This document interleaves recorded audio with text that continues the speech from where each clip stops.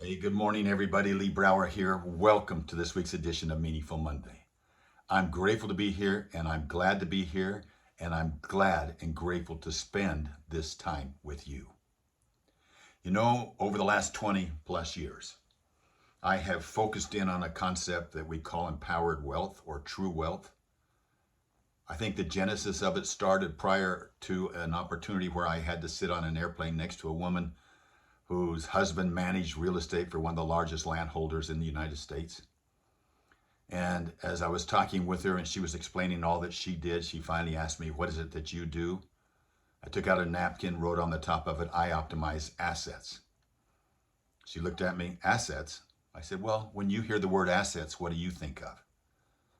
And she immediately just said, "Real estate." And then she started making a list. And so I wrote it down on the napkin. And she wrote down all kinds of financial assets or things. And so I put down in that quadrant, I called them financial. And then I asked her, "Do you have assets that you value more than your financial?" She said, "You mean like my family?" I said, "Well, you wouldn't trade your family for more money, would you?" "Well, of course not." "What else?" "My health." "Wouldn't trade, what about my values and my unique ability, my talents, my heritage?" So we put that up in another box, two boxes now. Added a third box. Third box was experiences. Would you exchange the wisdom that you've accumulated from all of your experiences, the memory, the loving, the feeling, and everything for more money? She said, "Of course not." And we made a list of experiential type things: reputation, education, bad experiences, good experiences, networks, etc. And then what about, would you want to be someone that when you left this earth, do you want to be known as someone who contributed more than you consumed or consumed more than you created? Do you want to be known as somebody who was entitled or maybe someone that was empowered, that had gratitude in their heart with an outward mindset? She said, "Well, certainly the latter." I says, "We have 4 buckets here now. How many of these buckets would you like your children to have?" She said, "All of them." I said, "What if you couldn't give all of them? What if you could only give 3? Which one would you leave behind?" Boom, she hit the financial right off the bat, the things bucket. I said, "Why do you say that?" She says, "Well, I know this, that if my children were bankrupt in any one of these other 3 buckets, the financial is going to be gone. But if they're rich in each of the other 3 buckets, the financial is going to take care of itself." I was like, wow, what an insight. It affected me, propelled me into the business that I'm in today, working with entrepreneurs on how to empower their true assets and their true wealth going forward. All 4 quadrants.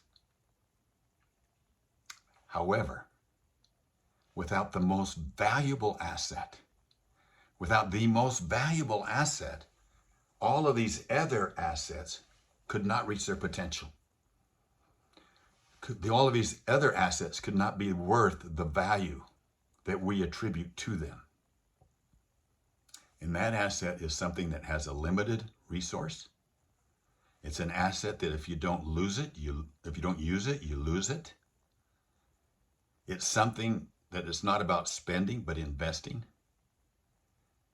Can you guess what it is? It's called time. Stephen Covey said the key is not spending time, but investing in it. And think about it. Without time, how do I get the health that I want? Without time, how do I have the relationships with my family that I want? Without time, how do I build the businesses that I want? Without time, how do I make the right investment? Without time, how do I have experiences and the wisdom that comes from the experiences, both during the time that it's happening and after as I continue to learn? And if I don't have time, how can I make contributions to the planet that exceed what I take? And to make it all work, at the heart of all of it, is how we use our time, how we invest in our time.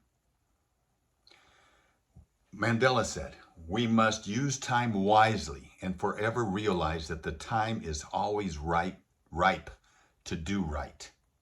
The time is always ripe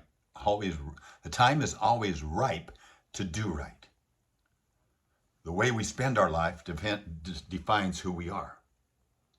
We have to value our time. If we don't value our time, we're devaluing our life.